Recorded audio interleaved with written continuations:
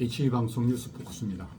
오늘은 중앙선거관리위원회 김세한 전 사무총장 정치인 연락용으로 사용했던 이른바 세컨드폰 관련해서 감사원은 감사 시작 5개월이 지났어야 해당 전화번호를 확보한 것으로 이 일을 알려졌습니다.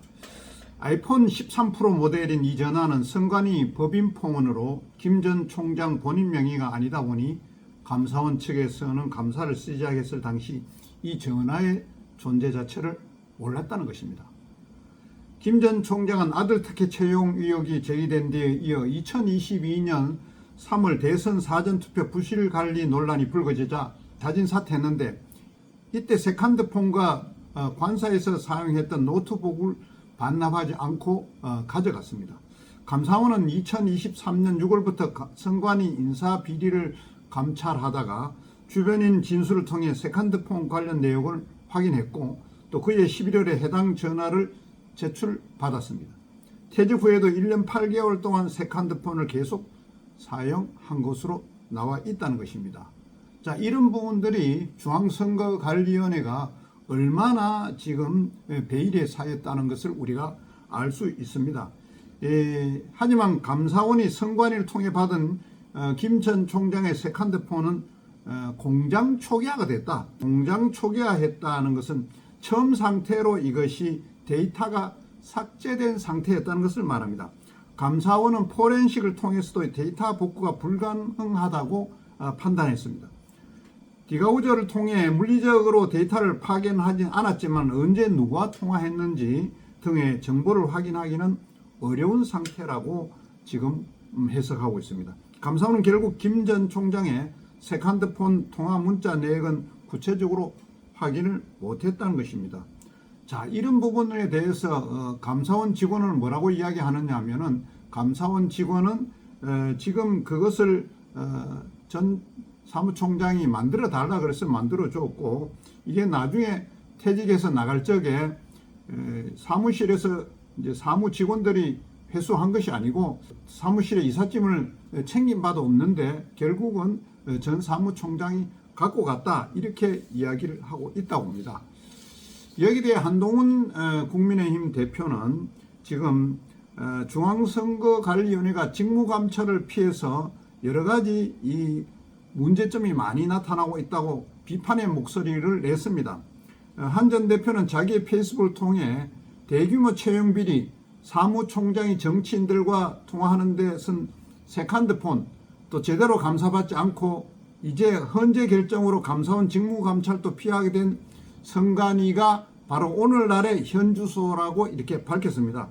공정한 선거 관리에 대한 신뢰가 흔들리며 민주주의의 기초가 흔들린다며 한동훈 법무부 장관으로 일하면서 수개표가 반드시 필요하다고 의견을 냈다는 점을 강조하고 있습니다. 아무튼 햇빛이 들지 않는 그늘에서 곰팡이가 쉽게 자란다고 이야기했습니다. 선관위 구석구석 햇빛이 들지 않는 곳이 없도록 커튼을 열어젖히고 선관위가 더 이상 과족회사가 되어서는 안 된다. 가족들이 운영하는 회사가 되어서는 안 된다는 것을 강조하고 있습니다. 국민의힘은 김세한 전 중앙선관위 사무총장이 재임 시절인 2022년 대선과 지방선거를 앞두고 선관위 명의의 세컨드폰을 만들어 정치인들과 연락했던 것을 드러난 것에 대해서 정치 장사이자 부패 카르텔이라고 이렇게 이야기를 했습니다. 당 법률자문위원장인 주진희 의원은 페이스북에서 선관위 사무의 독립성, 공정성을 심각히 침해한 중대사안이라며 선관위 사무총장의 차명폰 정치 장사가 새로이 드러난 만큼 윤석열 대통령의 탄핵재판, 변론을 재개해야 된다. 선관위 시스템에 한 증거조서가 불가피하다. 헌재에서 이 선관위 내용에 대해서 부정선거에 대해 전부 기각을 하고 있기 때문에 이거에 대해서 다시 탄핵재판, 변론을 다시 열어서 증거조사를 다시 해야 된다는 것을 주준희 의원은 주장하고 있습니다. 김 사무총장, 중앙선관위 김 사무총장은 장관급이잖아요. 그래서 이 정치인과 멀리 소통하기 위해서 업무를 진행한다는 핑계로 이렇게 했는데 어떻게 이런 선관위를 우리가 신뢰할 수 있는가요? 헌재가 선관위의 독립성을 맹신한 나머지 감사원 감사를 배제하고 대통령 탄핵에서의 증거 절차 모두를 기각한 것은 너무 성급했다고 이렇게 주진 의원은 이야기하고 있습니다. 또한 나경원 의원은 전날 페이스북에서 이것이 비리 종합세트 선관위의 실체라고 이야기했으며 선관위 예산으로 개통한 비밀 전화로 정치인들과 밀담을 나누고 퇴직 후에도 선관위가 요금을 대납해준 이 부패한 카르텔을 도대체 어떻게 믿으라는 말인가. 또 더 가관인 것은 헌법재판소는 선관위가 감사원 감찰 대상이 아니라고 했다는 점입니다.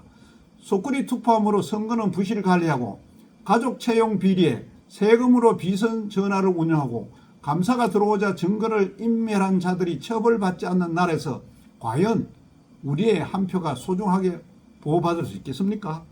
나경원 의원은 선관위 특별감사관 도입과 국정조사 추진 후 이 부패한 카르텔의 실체를 낱낱이 밝혀야 한다며 개헌 논의 시 선관위와 헌재를 국민이 제대로 감시하고 견제할 수 있도록 제도를 반드시 도입한다고 강조했습니다. 조금 아까 이야기한 것처럼 한동훈 전 대표도 페이스북에서 제대로 감시받지 않고 현재 결정으로 감사원 직무감찰을 또 피하게 된 선관위의 이것이 오늘날 현 주소라며 공정한 선거 관리에 대한 신뢰가 흔들리면 민주주의 기초가 흔들린다고 비판했습니다. 이와 같이 중앙선관위의 그 사무총장, 과거의 흔적 이런 부분들이 헌법재판소에서 다시 이런 부정선거나 이런 문제가 나왔으면 이 변론 기간을 연장해서 해야 됨에도 이것을 그냥 기각시키고 다 마무리한 것에 대해서는 국민들로서 도저히 붕괴하지 않을 수 없습니다. 이번에 밝혀진 전 사무총장 김세환 전 사무총장의 세컨드폰 이 문제로 다시 불거지는 중앙선거관리위원회의 부정부패 이거 빨리 일수해야 됩니다. 또 한패가 되어 있는 헌법재판소 빨리 다시 변론을 열어서 윤석열 대통령에 대한 선거 부정 관련 이것을 다시 토론하고 이것을 또 정리해가는 그런 시간을 가져가야 되는 것이 아닌가 싶어서 HB방송은 오늘 이 내용을 집중적으로 이야기하면서 방송 뉴스를 전해드렸습니다. 시청해 주셔서 대단히 감사합니다.